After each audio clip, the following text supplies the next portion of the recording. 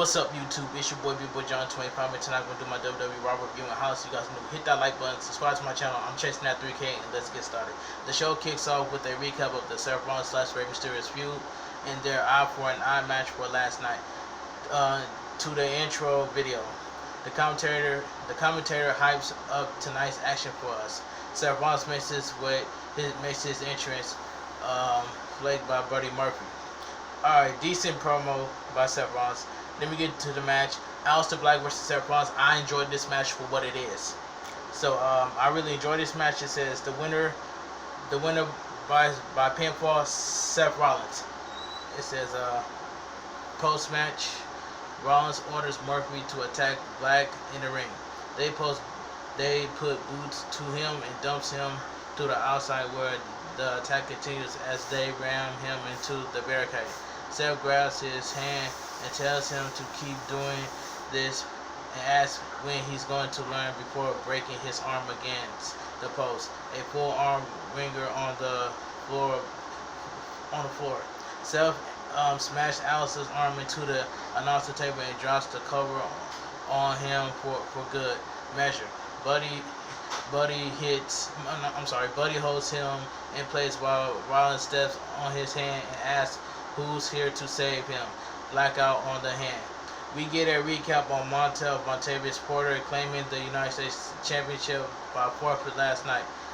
Ron Simmons is backstage chatting with MVP and Bobby Lashley, asking them to consider what he told them about a better way. The fist bump as he leaves. R-Truth rolls up holding a work and complimenting Porter on his title. Montel says he beats Apollo. He's the champion, and Truth is MVP says he gets it. They were just on their way to the ring and they love it. He joined them. Ron begs up because the Phil Nelson hurts like a lot and he doesn't want to get put in it. The referee John Cone advanced and Shelton Benjamin appears out of nowhere. Shelton Benjamin wins by pinfall with a big boot to win the 24/7 champion. Terrible segment by MVP. Alright, let's move on. Then it says right here, MVP extends an offer to the new champ to join them, and he takes it. Black dominant reunion, y'all. As we go to break, then we get Cedric Alexander, Mustafa Ali, and Ricochet versus the Hurt Business. This 6-man tag match was decent, but it was good to see Mustafa Ali back on Monday Night Raw. But anyway, it says here, the winner of the match, Cedric Alexander, Mustafa Ali, and Ricochet win by pinfall with a 450 splash from Ali on the Montavious Porter. Randy Orton cuts a promo. He talks about the moments that change your life, and most folks will say that stuff like joining Evolution or becoming the youngest heavyweight champion ever. Those aren't the ones he's talking about. He's talking about what he sees every time he shuts his eyes. The 175 days ago when he's suing the steel chairs down on Edge circularly required neck. He battled by the way one moment in his history could bring so much pain to many while it brings himself satisfaction. He felt good to stand over Edge, conversely body, and it felt good to beat him at Backlash. It feels good to go to break, friends. Alright. Then we see, back from commercial, we see Ron Simmons chatting with the Viking Raiders backstage. We get a Big Show career to remind you all that he is the largest and the best wrestler of all time.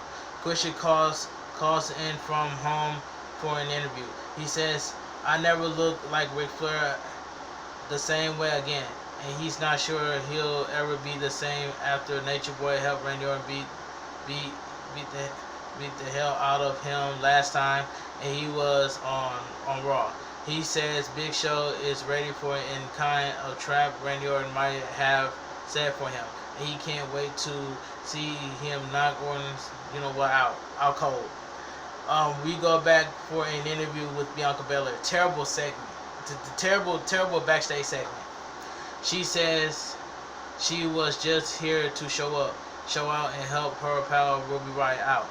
Peyton Royce rolls up. She says Bianca is the dumbest for showing back up, and Ruby Riott's roll up to remind her who won last time. Billy Kay is off on some important business, but Royce says Ruby should just forfeit now, and Bianca Belair should be careful of turning out like Liv Morgan. Bianca gets in their face and backs Ruby off and sends us to commercial. Peyton Royce versus Ruby Riott. This match is garbage. It says the winners of the match by pinfall with the Riott kick. Ruby Riott wins. So her losing streak is over. But anyway, it says we get a recap of the tag division over the last month or so. Andrade, Angel Garza, and Selena Vega are walking and talking backstage when they run into an interview. Selena says playtime is over and her boys have been on the same page and ready for this. What about Street Profits? They've been in hiding ever since. Her clients assert their dominance, and who knows, maybe her boys will win count out when the champs don't show up. Angel and Andrade talk about how ready they are. The Street Profits blindside them and beat them down. They tell Vega to get her mans, and we go to commercial break. Andrade and Angel Garza versus the Street Profits. This tag team match, it was alright. It was alright. It says the winners of the match, the Street Profits, by pinfall with the false splash by Montez Ford on Angel Garza. Alright. Backstage, back from commercial, Garza and Andrade are bickering with Selena Vega rolls up.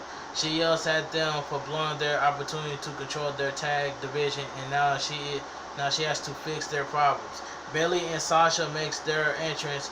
Banks still dishing the Raw Women's division, Raw Women's Champion. Bayley shames the WWE Universe, but Sasha says she got this. She knows a lot of people are talking about her and accused of her stealing the title, but either we have bad memories or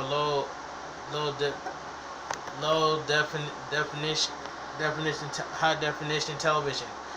Because last night she fought for the title, unlike Asuka, who literally got handed the title when Becky Lynch went on military leaves. Last night Asuka spared her disgusting green mist in the referee's Eddie's face, and he was empowered. So Bayley took his shirt just because something needed to referee the match. Bayley says a role model, and she had to make a split decision to do the right thing when Banks had the cover. Sasha says she's 2 belts Banks, and they celebrate having all the gold. Entering Asuka and Kairi Sane. Asuka gets on the mic and says Sasha wasn't ready for her, and Asuka wasn't ready for a thief that her title, and she and Kairi Sane advanced on the ring to take it by force. Stephanie McMahon appears on the Tron. She congratulates Bayley and Sasha on being tag champs, and Bayley on SmackDown Women's Champion. But as far as the Raw title is concerned, last night match certainly was on her show.